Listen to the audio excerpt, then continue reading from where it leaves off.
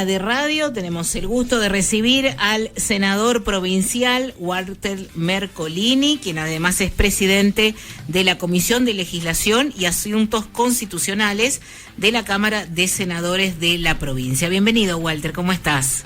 Muy bien, bueno, buenas noches, muchas gracias por la invitación, un gusto.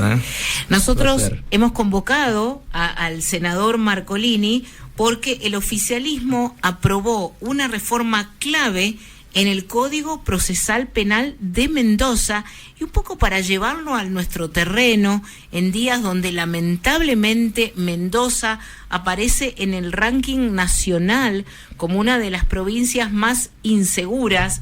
Lamentablemente nos ubicamos en esto. Queremos entender de qué manera nos influye a los ciudadanos comunes y de a pie esta reforma clave del Código Procesal Penal. Bueno, primero muchas gracias por permitirnos explicar a la audiencia estos temas, que es un tema álgido, ¿no?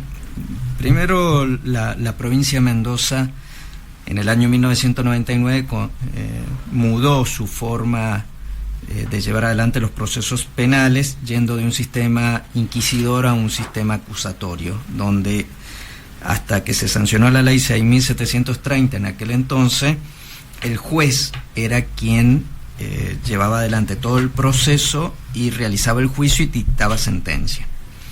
A partir de ese momento, el Ministerio Público Fiscal, es decir, los fiscales, pasan a tener un rol preponderante que después del 2016, ya en la primera gestión del gobernador Alfredo Cornejo, se han sancionado 13 leyes con esta, que sancionamos la semana pasada, de modificación al Código de Procedimiento Penal, y en esta última lo que se puso el acento es en la investigación penal preparatoria, la IPP, la etapa que exclusivamente tienen a cargo los fiscales.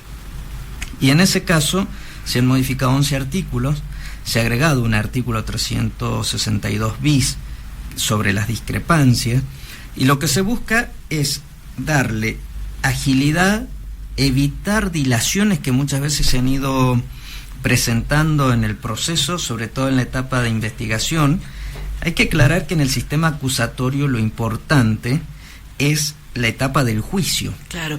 Aparte, cuando estamos hablando de Código Procesal Penal, siempre estamos hablando de personas privadas de la libertad, de alguna manera. Estamos hablando de situaciones muy graves. Entonces, que es muy importante que el procedimiento se haga correctamente y ágilmente. Se haga rápido, claro. No hayan dilaciones. Exactamente. Sea transparente, no se busque por parte a veces de la defensa de poner obstáculos que hacen que se demore. Claro. Se ha logrado bajar de 4 años. Que son estrategias de los abogados también. Walter, ¿cómo podría resumir en qué cambia concretamente a partir de esta aprobación en la Cámara, en la legislatura provincial? Un ejemplo, por ejemplo, sí. el artículo 22 que se modificó, que tiene que ver con los incidentes, se pueden, cuando hay una apelación por parte de un abogado en cuanto a su defendido, este proceso se va a llevar por separado y la investigación penal preparatoria va a continuar, es decir, no se frena la investigación que está realizando el fiscal. Entonces, se garantiza... Como que se hace en paralelo. Se hace en paralelo. Ajá. Entonces, no se frena la investigación principal. En cuanto a las nulidades, por ejemplo, se establecen momentos específicos para plantearlas.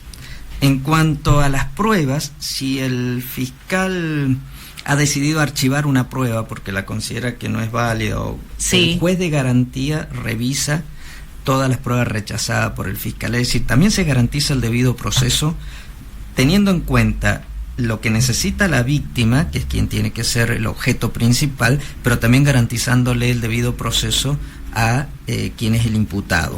Esto es un tema, hablando de esto que ya estamos bien hilando más fino. Sí. Esto es un tema para los abogados, entendemos, con todo lo que es un proceso legal correspondiente. Pero yo como ciudadana, que no entiendo ni debo por qué entender estas cuestiones, ¿en qué me cambia a mí la vida en que si le toca pasar por un proceso penal, sí, ni Dios lo permita, como pero víctima, digamos, como víctima, sí, bueno, va a tener la garantía de que la investigación penal preparatoria que lleva adelante el fiscal va a ser en un tiempo más corto, va a ser más rápida. No está establecido no el tiempo en sí mismo, ¿no? No, de hecho, quería comentarle anteriormente que se ha bajado de 4 años y medio el promedio de los juicios que llegaban a tener una resolución penal a 1 año y medio. Esto es un dato importante. ¿Qué es lo que garantiza? Mayor seguridad jurídica, se establecen plazos y procedimientos más precisos y se busca descongestionar al Poder Judicial dándole una herramienta. Y déjame que te comente lo último, el artículo 362 bis, que tiene que ver con las discrepancias. ¿Discrepancia de qué tipo? Cuando el fiscal que investiga toma una decisión, por ejemplo, considera que tiene que haber un sobreseimiento porque no da lugar la causa para constituirla en una causa penal, y el juez de garantía que revisa el proceso no está de acuerdo. Entonces ahí hay una discrepancia.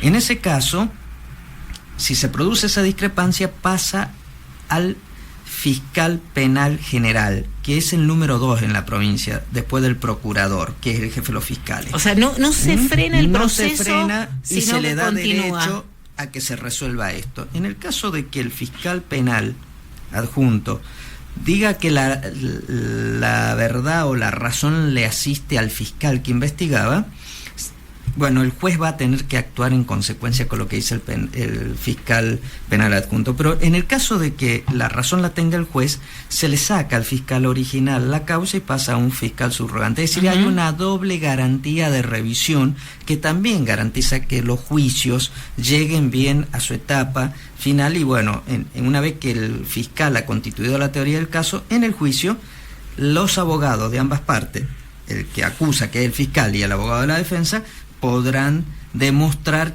a quién le asiste la razón. Bien, estamos hablando del Código Procesal Penal, aquí de Mendoza.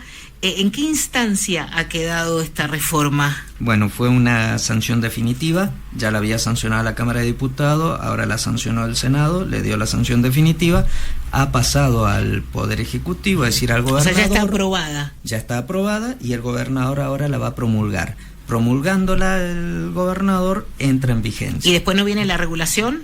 No necesita reglamentación. Directamente. Exacto. Bien, podríamos decir entonces que es un avance en el sistema judicial de la provincia. Sin lugar a duda, y además es una herramienta más para que nuestros jueces y fiscales puedan brindarle buena calidad del servicio de justicia a la ciudadanía. Sí, que todos merecemos eso, ¿no? Exacto. Una justicia que sea justa. De eso se trata. Bueno, muchas gracias, Walter. Ha sido un placer. Muy interesante esto, y en buena hora que sea por el bien de los ciudadanos. No, y gracias a ustedes por ocuparse de estos temas. Muy amable. Por favor, Walter Mercolini, senador provincial, aquí en Clima de Radio, en Radio Post.